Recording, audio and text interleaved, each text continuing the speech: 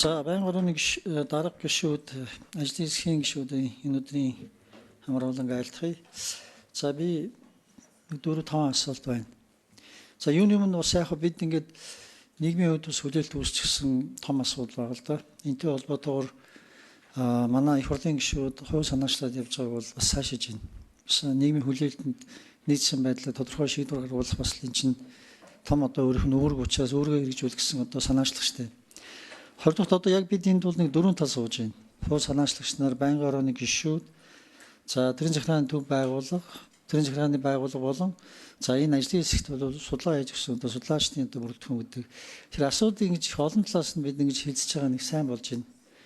Нийгэмд бид альва зүйлийг бол зөв ойлгуулах талд одоо хандах ёстой. Тэгэхгүй бол одоо шинэ нийгэм өсөж гэнэ гэж тэрийг заавал шийдвэр болгохгүй дайраад байх юм бол бид маргааш зүгээр байж байгаа тогтолцоог шивдэж магадгүй эцсийн дүндээ нийгмийн ямар нэгэн одоо шинэ төвхтэй өндөрлөлтэй байдал үүсгэж магадгүй. Энийг бид энэ хууль тогтоогчдын хувьд бол маш сайн ойлгож байгаа шүү дээ. Бидний бас үүрэг бол аливаа хүсэл болгоныг биелүүлэх биш.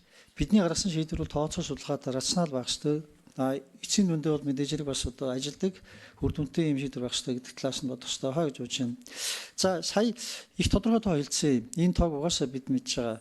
2024 оны нийгмийн даатгалын сангийн орлого бол 5.8 их ноёдын. За одоо ингээд бид хэрвээ энэ одоо хуулийн одоо чинь төслөөр өөрчлөлт ороод ирэх юм бол нийгмийн даатгалын сангийн орлого бол 1.3 их ноёдаар за хамгийн бага одоо тооцоол бол 800 их тэрбумаар бол энэ бол дутх юм байна. Би хэлж байгаа нөгөө нэг одоо чинь заалттай нь шүү дээ. Ялангуяа тэр хоол унааны одоо чинь зардалд оногдсон шимтгэлийг авахгүй тохиолдолд. Тэгэхээр ийм одоо хэмжээний эрсдэл бол үүсч байна гэж байгаа. Миний чинь сангийн орлого 15% шүү дээ. Тэгээ буцаад бол бид нар бол энэгээр шин тэтгэврээ тавьдаг. За одоо тодорхой хоригдлол үүсгэж байгаа. Тэгээд иймэрхүү шинэ хуулийн бас сайн зүйлүүд байна. Гэтэ сая бол мөнхчүүл дарга бол хариулахдаа энэ дээр бол тодорхой одоо шинэ хэлбэрээр зохицуултууд хийх ёстой байх, хязгаарлалтууд тавих ёстой байх гэж байна. Энэ дээр манай ажлын хэсгийнх нь бодож одоо тооцоол хийсэн ажилласан зүйл байна. Энийг сонсомоор байна.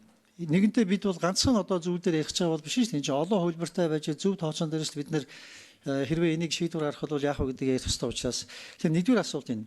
Хоёр дахь зүйл бол бид нар зөвхөн тэтгэврийг яриад байна. Энэ одоо нийгмийн даатгалын шимтгэл төлсөнтэй уялдуулсан байдлаар зөвхөн тэтгэвэр олгогддог юм аа. Тэтгэмж олгогддог, төлбөр өгөгдөг, зардал гардаг. Бид нар дандаа ингээд нийгэмд бол энэ даатгалын сан гэдэг бол тэтгэр юм шиг ойлгоод байна шүү дээ. Ажилгүйдийн тэтгэмж аавна. За шинэ хөлбөрийн чадвараа төр алдсны тэтгэмж аавна. За одоо энэ чинь нөгөө нэг тэжээгчийн алдсны тэтгэврээ аавна. Гэт ингээд бусад одоо төлбөрүүд бий. Тэгэхээр энэ багцаагаар бол одоо та бүхэн тоолъё 505 мянган хүн тэтгэвэр авж байгаа 230 мянган. За 1 минут нэмнэ. Тэгэхээр би одоо дахин асуух гэдэг юм. Энэ саяны одоо 760 мянган хүний тэтгэвэр тэтгэмж төлбөр одоо жишээ нь зардалд нөлөөлж гинүү. Энэ тооцоолыг та бүхэн хийсэн үү? Энэ бол маш чухал зүйл шүү. Маргааш одоо шууд одоо энэтэй холбоотой энэ чинь эрсдэл хаадаг санаачтай. Тэрнээс бол энэ хүн болон өдөр болон одоо ямар нэгэн бенефит буюу үр ашиг хүртээ сууж байгаа сан биш шүү дээ. Бид бас их өрөөсгөл бас заримдаа нийгэмд ойлголт өгч байгаа учраас. За дараагийн зүйл их чухал тооцоолууд хийсэн байна. Төвшин одоо гишүүнэ. Эдийн засгийн макро эдийн засгийн та бүхэн өргөөж тооцож 700 тэрбум гэж. Нөгөө талдаа та бүхэн нийгмийн хамгааллын эрсдлийн сая тоог сонслоо шүү дээ. 1.3 одоо шинэ их ноёд. Тэгэхээр энэ макро эдийн засгийн одоо өгөөжийг тооцоохоос гадна энэ бодлого чинь нийгэм эдийн засгийн одоо бодлого гэсэн үг шүү дээ. Нийгэм эдийн засгийн social and economic policy баггүй. Тэр энэ үүдээс нь аваад үзэх юм бол энэ хоёрын одоо шинэ зөрүүн дээр тооцоол хийж үзсэн үү? Энэний шалтгаалсан байдлаар хэр одоо За төвшин гишүүн хариулна. За дараа нь ажлын хэсгээс. Үнэхээр одоо манай сангийн яамныхны ярьж байгаагаар энэ нийгмийн даатгалын сан бол алдагдaltaй яваа. За 700 орчим тэрбум байна. 1.4 их ноёдын шилжүүлэг авахар байгаа энэ төргээд тооцоо ярьж байгаа. Тэгэхээр энэ бол үнэн. Яг одоо бодит байж байгаа тоо ямар нэгэн хуулийн өөрчлөлт ороогүй энэ байж байгаа бодит байдал ийм байгаа шүү дээ. Энэний нөгөө талд нь бол орлогыг шахаж нэмэгдүүлэх гэдэг бүх бодлого явагдсан. Бизнесийн болон бүх хувь хүнтэй хийсэн гэрээнээс орлого авцсан.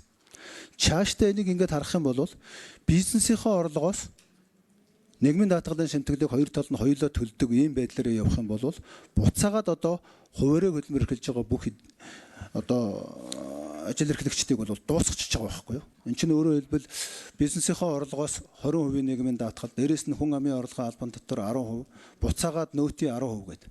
Тэгэхээр энэ чинь олон улсад бараг байдаггүй буюу бизнесийн орлогоосоо төлдөггүй жишг учраас энийг одоо бид нар залруулахгүй бол зөвхөн нийгмийн даатгалын сангийн алдагдал гэхээсээ илүү ажилгүйдэл ихсээд цаашаага ерөөсөө Монгол хүн гэдэг хувь хүнийхээ нэрээр ерөөсөө бизнес эрхлэх ямар ч боломжгүй болчихж байгаа учраас энийг одоо бид нар залруулах ёстой гэж ингэж нэг талаас үзэж байгаа. За хоёрдугаар хоол унааны хөнгөлтийн асуудлуудын тооцоололтын зөрүүнүүд бол байж болж байна болно. Энэ чинь одоо сэтгэлгээний асуудал байж байгаа.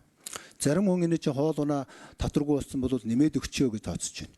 Одоо бол 100% тэр их тооцоод байгаа чинь 100% одоо байж байгаа дүнгээсээ шууд хасаад авчиа л гэж ингэ тооцож байна. Энэ яаж тооцоолохоосоо болно. Бидний тооцоолж байгаа тооцоол бол одоо авж байгаа нийгмийн даатгалыг нэг нь ч бууруулахгүй.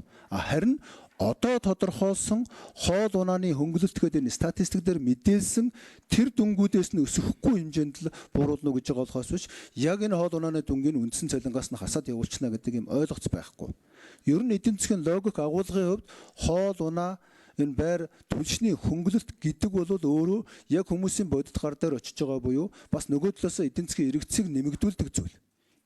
Жишээлбэл төсвийн хүмүүсийг одоо 100% эндээсээ хасагдлаа гэхэд төсвийн зардал бол бас нөгөө талаас багасна. Тэгэхээр энэ чинь бол дандаа хоёр талтай байж байгаа.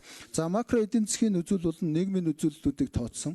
Макро эдийн засгийн үзүүлэлт бол ялангуяа тэр cost benefit-ээр тооцохороо нийгмийн гарах энэ одоо зардлуудыг нь тооцоод энэ зардлууд нь өөрөө эргээд ямар эдийн засгийн өгөөжийг авчрах уу гэд тэгээд цэвэр өгөөжийн тооцоод яриад байгаа дүн нь бол тэр 3 жилээрээ cost benefit анализаар 271.8 тэрбум төгрөг байгаа. Өөрөөр хэлбэл энэ одоо гарах зардал, үүнийг гарах зардлыг одоо тэр байж болох зээлийн хүн дунджаар нь дискаунтлж бас тэр зээрлүүдийг гаргуулад тэгээд өнөөгийн үндсэнлэг ингэж тооцоолсон ургалтууд тооцож байгаа. Тийм учраас бүх зардал тооцоолж байгаа. Энэ зөрүүтэй асуудал буюу ялангуяа энэ 3 За дуусгаж хариулна уу? За энэ 3 заалтын ялангуяа тооцоолол дээр бол 2 дахь заалт буюу хоол унааны хөнгөлөлт гэдэг энэ концепт дээр магадгүй одоо бид нар хилцсэний дараа хоёр талаас энэ концепт яаж импакт үзүүлэх вэ гэдэг дээр бол сууж ойлгоцож бас болох байгаад байгаа. Аргагүй яг одооны хэрвээ энэ ядуурл ихтэй байна, ажил бизнесүүд дуусч байна гэх юм бол шууд цалингаас нь хоол унаага хасна гэдэг нэг аргачлал бас авч үзэх талтай. Өнөөдөр нийгэм эдийн засагт сайжирж байна. Энэ хүмүүсийн гар дээрх нэмэгдүүлье. Нийгмийн даатгалгүйгээр одоо хоол унааны мөнгийг нэмдэг болоог бол эн чинь нэмэгдэд тооцно. Яг статистик дээр байгаа энэ одоо тооцож байгаа дүнгээс бууруулахгүйгээр энэ хоол унааны хөнгөлтийг сонгодог утгаар нэвэл эн чинь дахиад өөр тооцоо гарна. Тийм учраас нөгөө альж талаас нь яаж ярьж болдог ийм одоо сэтгэлгээний хүмүүсийн хүлээлт нь бол явсаар байгаад 50-50 явдаг. Тэгэхээр энийг бол бас аль алийг бас бүрэн үүсгэж болохгүй тооцоол учраас энэ 2 дугаар заалтын тооцоон дээр дахин тал талаасаа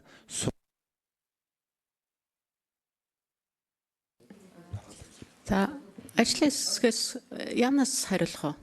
Мөнхцөл дарга сая төрийн байгуулалтын байнгын хороод дуудагтаад явчлаа.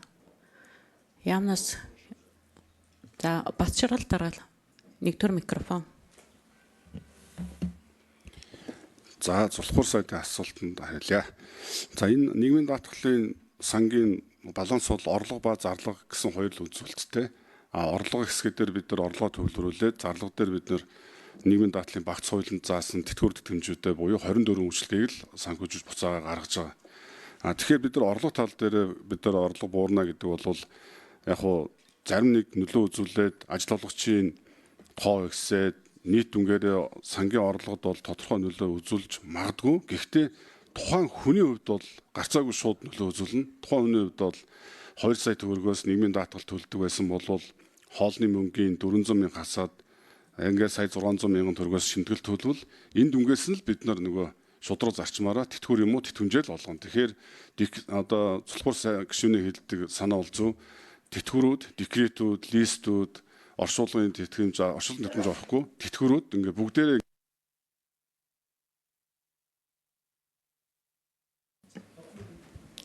За Зулхуур гишүүн тодруулна уу? За баярлалаа. Их чухал ингээд хилцээд явахаар зэрэг бид нар нарийн ширийн одоо зүйлүүд ойлгож штэ. Төвшөө гишүүнээ ахаад нэг асуулт. Одоо танай ажлын хэсгээр та хэд бол маш чухал тооцоолууд хийсэн байна. Модель бол зөвл модель байна л да.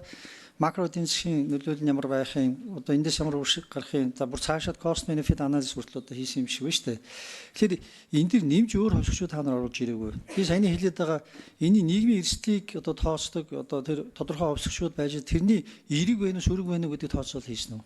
Сая одоо шууд бидэнд бол нэг тоо сонсгол юм бол бидэнд бараг хариултаа олчиж штэ. Хамгийн энгийнээр бол 1.3 их 80-ийн ийм одоо тэр сангийн орлого одоо дутах юм бол энэ чинь дагаад тэртээдэргүй энэ сан бол ажиллагааг болчих юм л гэсэн үг байхгүй. Зүгээр хамгийн энгийн хариулт. Тэгэхээр энийг бид нэр одоо тэрийг тооцсон уу нэгдүгээрт. Тооцсон байлаа гэхэд бид нар саяны эсийг яаж ирэн зохицуулах юм? Ганцхан зэр заалтаар тэр чигт нь хийх юм уу? Эсвэл нөгөө түрүүн бас хүмүүс яриад байна тодорхой хязгаарлалтаа. За төвшин гишүүн хариулна. За зөвлбөр гишүүний асуултанд хариулъя.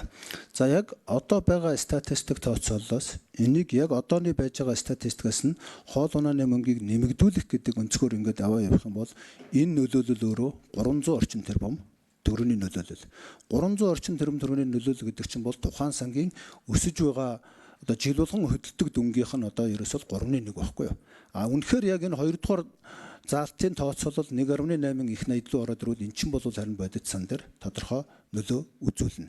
Тийм учраас энэний одоо аргачлалуудыг бид нар хоёр талаасаа сууж хийх нь зүйтэй. Энэ бол нөгөө пессимист болон өөдрөг гэсэн хоёр аргачлалууд байж байгаа. Тэгэхээр энэ тооцооллын дүнг 2 дугаар заалтан дээр бол одоо өнөөдөр бид нар хоёр талаасаа ажлын хэсэг гаргаж агаад суулгахчад бол бас болохоор болж байна. 1.32 дээр бол харьцангуй ойролцоо тооцоо орж байгаа юм байна гэж ингэж ойлголоо.